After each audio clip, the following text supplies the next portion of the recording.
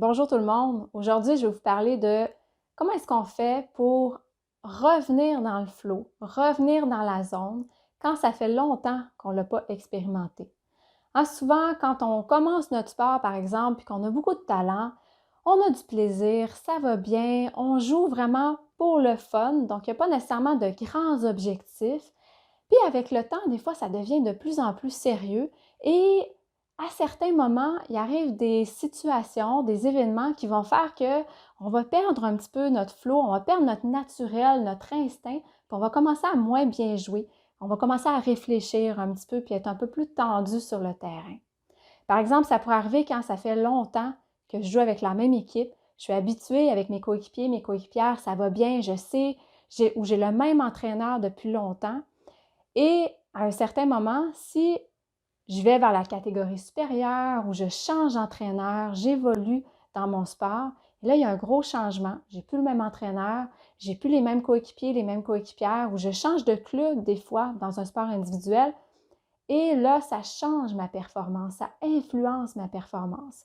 J'arrive dans une nouvelle équipe, par exemple, et là, je me demande, je veux bien faire, je veux bien jouer avec mes coéquipiers, mes coéquipières, je ne les connais pas nécessairement, et là, je commence à réfléchir, je commence à analyser ce qui se passe, et ça me coupe un petit peu de mon instinct, et c'est là que ma performance commence à être affectée.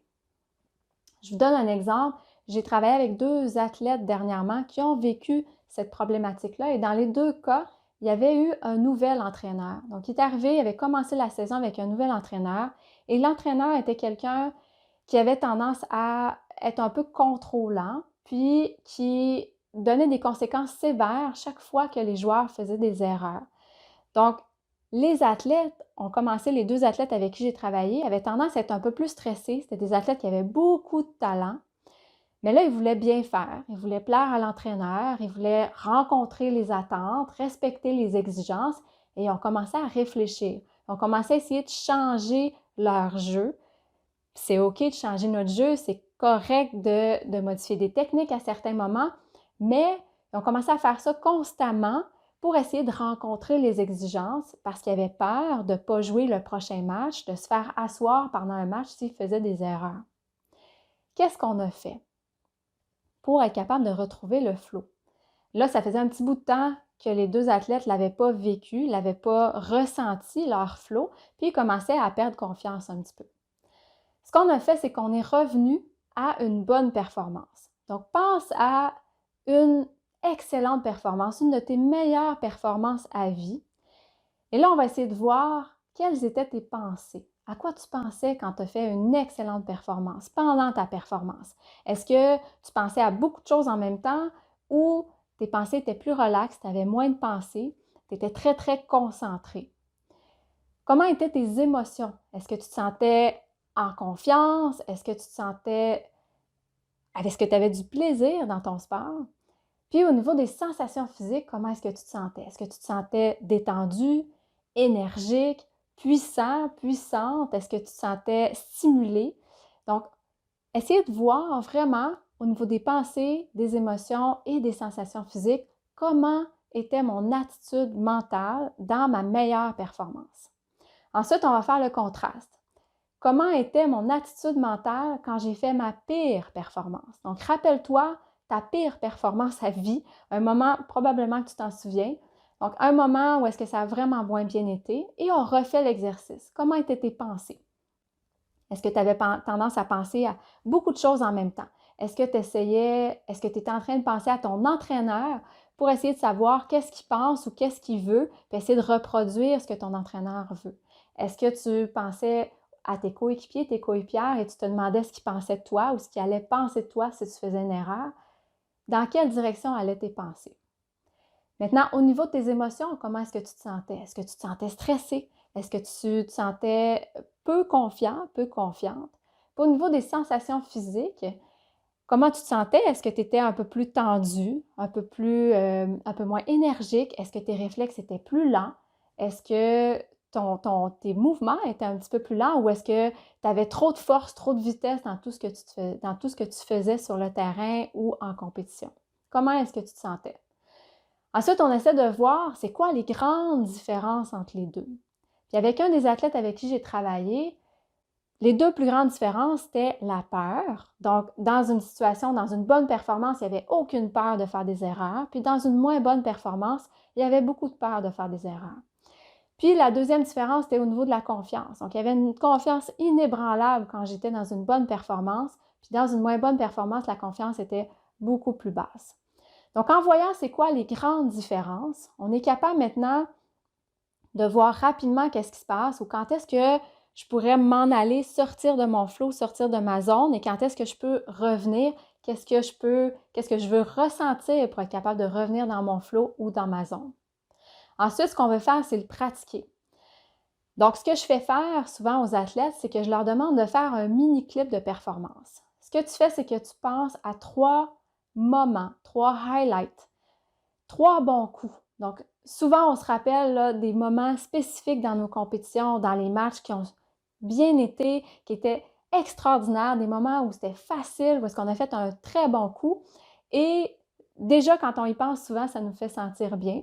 Donc, ce qu'on veut faire, c'est qu'on en prend 3 moments différents, puis on les met ensemble, on les clip ensemble pour faire une mini vidéo. Ça peut durer 15 secondes, 30 secondes, ça peut aller jusqu'à 1 minute.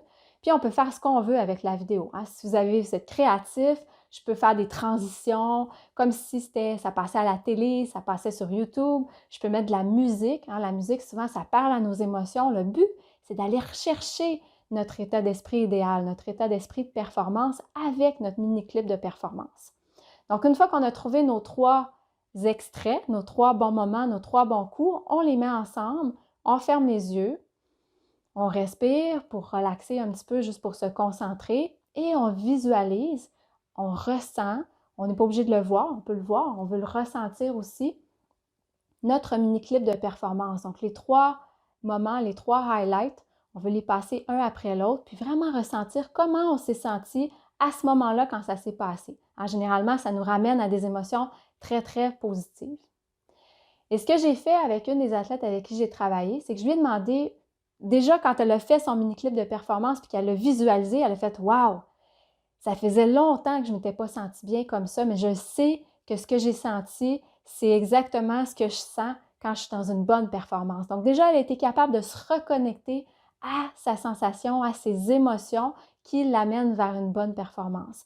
Donc déjà, on a eu une belle étape avec la visualisation du mini-clip de performance. Et ensuite, ce qu'on peut faire, c'est se rappeler un geste.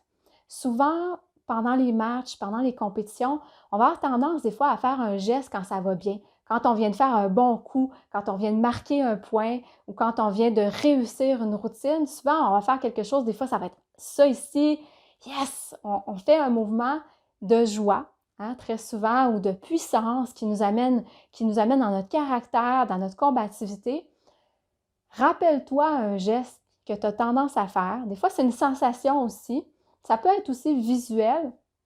C'est vraiment comme tu veux. Ça peut être une image aussi qui te rappelle un bon moment. Ce que tu veux, c'est que ça te connecte à ton énergie positive, à tes émotions positives. Et là, j'ai demandé à l'athlète, refais la visualisation du mini-clip de performance. Puis quand tu ressens ton feeling, l'émotion que tu as sentie, que tu as aimée, qui te connectait à tes performances antérieures positives, au moment où tu ressens ce feeling-là, cette émotion-là, fais ton geste.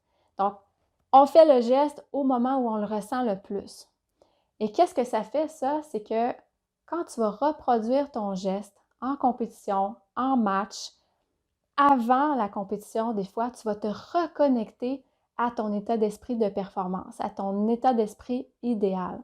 Et plus tu le pratiques, plus tu l'entraînes, ce que je te suggère de faire, c'est de créer ton mini-clip de performance pour les 7 prochains jours. Fais-le une fois par jour en visualisation. Puis à chaque fois que tu ressens ton émotion, fais ton geste qui vient avec pour te connecter, pour connecter ton geste à ton émotion, pour être capable après d'utiliser ton geste comme un bouton, comme si tu appuyais sur un bouton, puis tout de suite l'émotion va venir.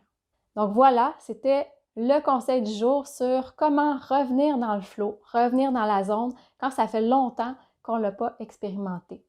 J'espère que mes conseils te sont utiles. Si oui, aime la vidéo, partage, abonne-toi à ma chaîne YouTube. Tu peux cliquer sur la petite cloche de notification pour recevoir les vidéos en temps réel. Et si tu es entraîneur, tu peux aussi, si tu n'as pas encore fait ma formation gratuite sur le flow et les 3 états d'esprit en sport, tu peux t'inscrire, le lien est en bas dans la description.